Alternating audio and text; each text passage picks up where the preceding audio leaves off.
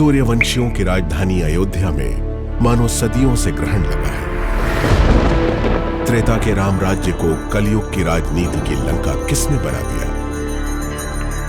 क्या युगों से चली आई आस्था को शताब्दियों तक विवाद के पन्नों में दबाए रखने की कोशिश हुई?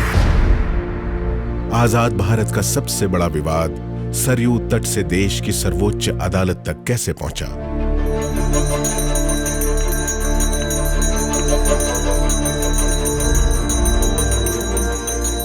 आस्था और इतिहास के किनारों से टकराते कई अनछुए अनजाने सवालों से पर्दा उठाती है पत्रकार और लेखक हेमंत शर्मा की 2 किताबें, युद्ध में अयोध्या और अयोध्या का चश्मदीद।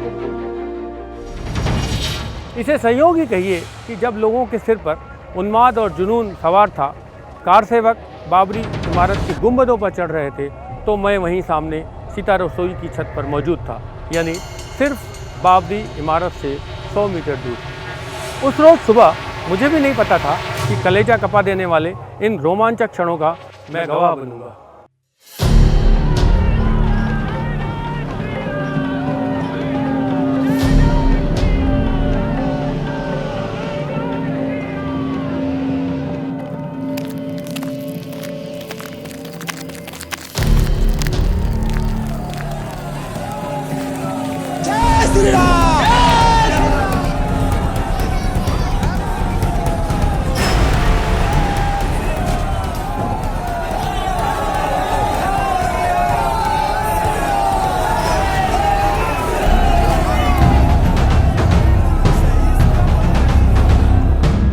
दिसंबर को लगभग 1 बजे जब केंद्र सरकार के गृह मंत्री श्री एस चौहान साहब का मेरे पास फोन गया और कहा कि हमारे पास ये सूचना है कि कारसेवक गुंबद पर चढ़ गए। आपके पास क्या सूचना है? तो मैंने कहा कि मेरे पास थोड़ा सा 1 कदम आगे की है कि कारसेवक गुंबद पर चढ़ गए और कारसेवकों ने गुंबद को तोड़ना भी शुरू कर दिया।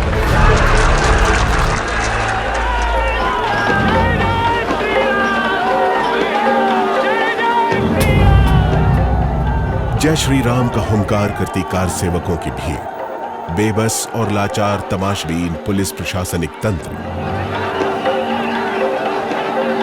और एक एक कर गिरते बाबरी के तीनों गुंबद।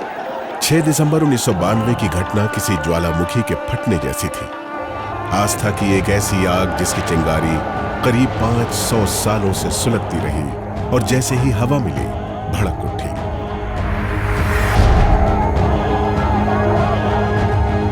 कहने और लिखने के लिए बहुत कुछ था। जब लिखने बैठा तो घटनाएं एक एक कर आंख के सामने घूमती नजर आने लगी। कारसेवकों का शोर, नेताओं का भाषण, पुलिस की गोलियों की आवाज़, मंदिरों की घंटियां। ऐसा लग ही नहीं रहा था कि ये सारी घटनाएं 25 साल पुरानी हैं। मुझे लगा कि जैसे अभी है कोई फिल्म सी चल रही थी मेरे सामने। एक को याद करता था तो सैकड़ों कहानियां याद आती थी। और जो कुछ हेमंत शर्मा की स्मृतियों से निकलकर इन किताबों में उतरा है वो अयोध्या का विस्फोटक सत्य है। एक ऐसा सत्य जो सीधा हमारी चेतना में विस्फोट करता है और हमें हैरान कर जाता है। ये किताबें अयोध्या के वे सभी राज खोलती हैं जो राजनीति के शोर शराबे में आज तक दफन रहे। इनमें लिखा है कि कैसे एक बंदर की प्रेरणा से फैजाबाद के जज ने लिखा फैसला और खुल गया राम जन्मभूमि का ताला। कैसे यूपी के तत्कालीन मुख्यमंत्री एनडी तिवारी के ऐतराजों को दरकिनार कर राजीव गांधी ने देवराहा बाबा की सलाह पर करवा दिया राम जन्मभूमि का शिलान्यास। बाबरी ढांचे के ध्वंस के तुरंत बाद प्रधानमंत्री नरसिंह राव ने अयोध्या में बैठे विनय कटियार से फोन पर बात क्यों की? वे किन कारसेवकों को अयोध्या से सुरक्षित बाहर निकालने की गुजारिश कर रहे थे?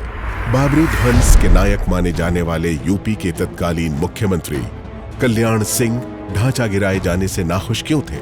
वे इसे खुद के साथ किया धोखा क्यों मान रहे थे? आखिर नेहरू ने यूपी के उस वक्त के मुख्यमंत्री गोविंद वल्लभ पंत को चिट्ठी लिखकर अयोध्या की तुलना कश्मीर से क्यों कर दी? नेहरू को किसने बताया कि अयोध्या में मुसलमानों को पाकिस्तान भेजने की धमकियां दी जा रही हैं? ऐसे कितने ही राज हैं जो इन किताबों में परत दर परत बेपर्दा होते हैं। बाबरी इमारत को गिराए जाने के बाद जो कुछ हुआ वो दुनिया जानती है।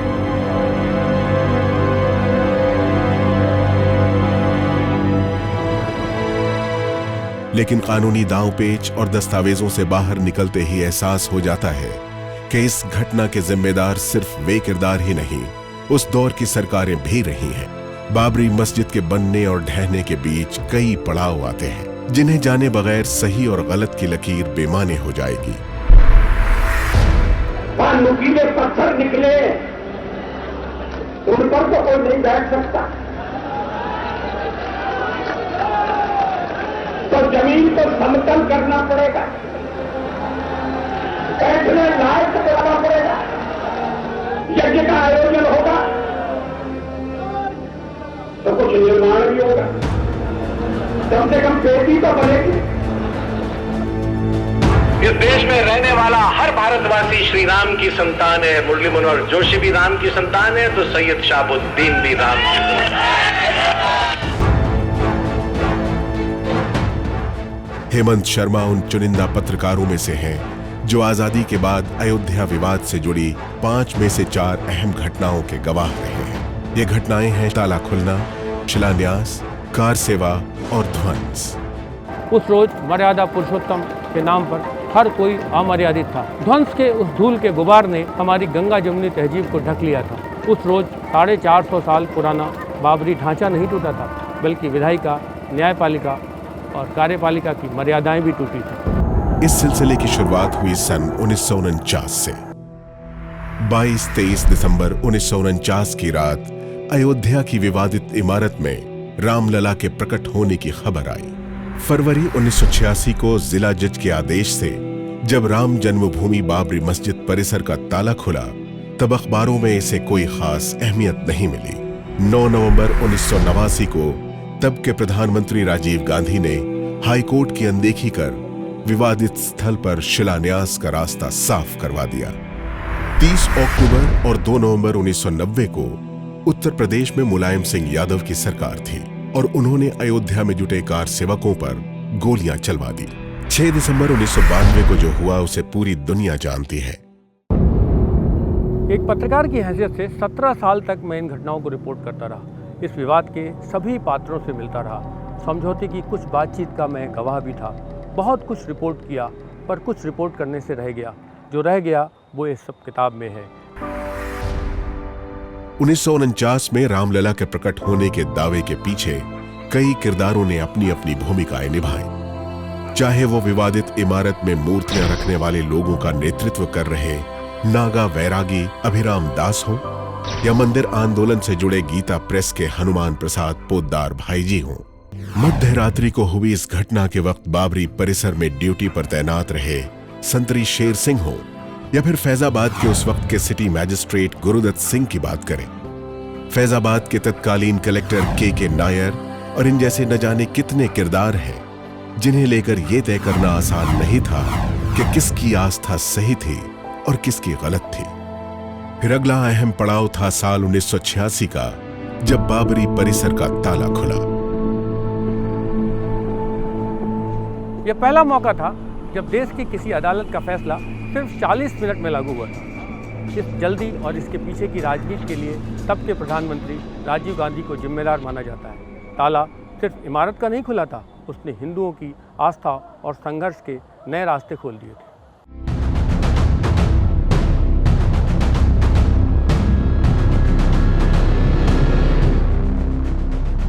सदियों जो आस्था आंगन से गर्भगृह को निहार रही थी, उसमें अब बेचैनी बढ़ने लगी थी। मुगल काल में बाबरी मस्जिद बनने के बावजूद हिंदुओं की आस्था में अयोध्या राम की राजधानी बनी रही और राम जन्मभूमि वापसी की हर कोशिश जारी रही। यही वजह रही कि मुसलमान वहां काबिज तो रहे, लेकिन हिंदू भी वहीं सटे राम चबूतरे पर डटे रहे।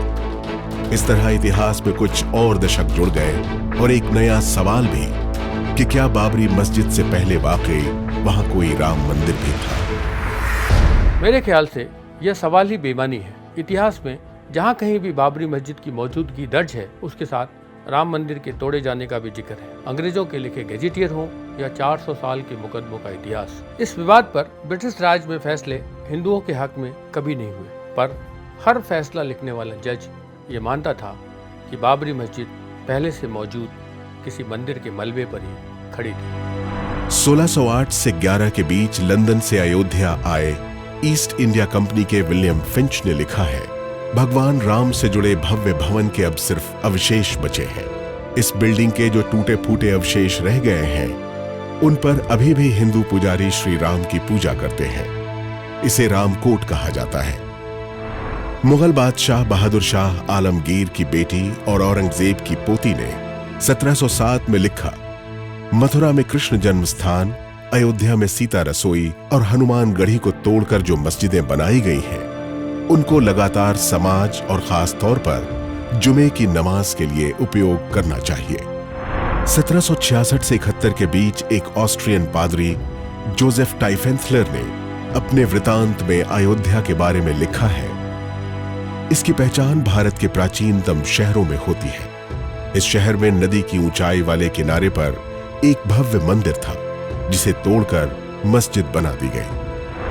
1855 के जिस जिहाद की चर्चा होती है, उसमें हिस्सा लेने वाले एक मुसलमान मिर्जा जान ने 1856 में लिखा, मुगल बादशाहों ने बनारस में मंदिरों को तोड़कर उनके मलबे से मस्जिदें बनाई। ऐसा ही अयोध्या में हुआ। यहां मंदिर की एक एक दीवार को तोड़कर उसके मलबे और पत्थरों से ही मस्जिद बनाई गई। और आजादी के बाद शुरू हुए राम जन्मभूमि बाबरी विवाद के दौरान एएसआई ने बाबरी के खम्भों को मंदिर के पक्ष में अहम सबूत के तौर पर पेश किया है। इन सारी घटनाओं का मैं गवाह रहा हूँ। मेरी गवाही इन किताबों में दर्ज है। यूँ भी अयोध्या से मेरा निजी, सांस्कृतिक, धार्मिक और भावनात्मक रिश्ता रहा है। बाप दादा यहीं के थे, इसलिए अयोध्या मेरे संस्कारों में है। मैंने जो देखा, भोगा, महसूस किया, उसे इन किताबों में ईमानदारी से बेधड़क होकर लिखा, आग्रह दुराग्रह से परे। अयोध्या का मतलब जिससे युद्ध न किया जा सके, यानी अविजित, अपराजय। लेकिन राजनीति ने इसे बदल दिया। बीते 500 सालों में अयोध्या हमेशा से हारती रही। अयोध्या सच है भारत का, भारत के इतिहास, वर्तमान और भविष्य का सच। लेकिन विडंबना यह है कि न हम इस सच को जानते हैं और न जानना चाहते हैं। हेमंत शर्मा की दोनों किताबें अयोध्या के पूरे सच पर न सिर्फ हकीकत का लिबास पहनाती नजर आती हैं, बल्कि तमाम ऐसे अनछुए अनजाने पहलुओं को भी सामने लाती हैं, जिनसे शायद आज तक आप रूबरू न हुए होंगे। राम निरंजन न्यारा रे, अंजन सकल उपसा।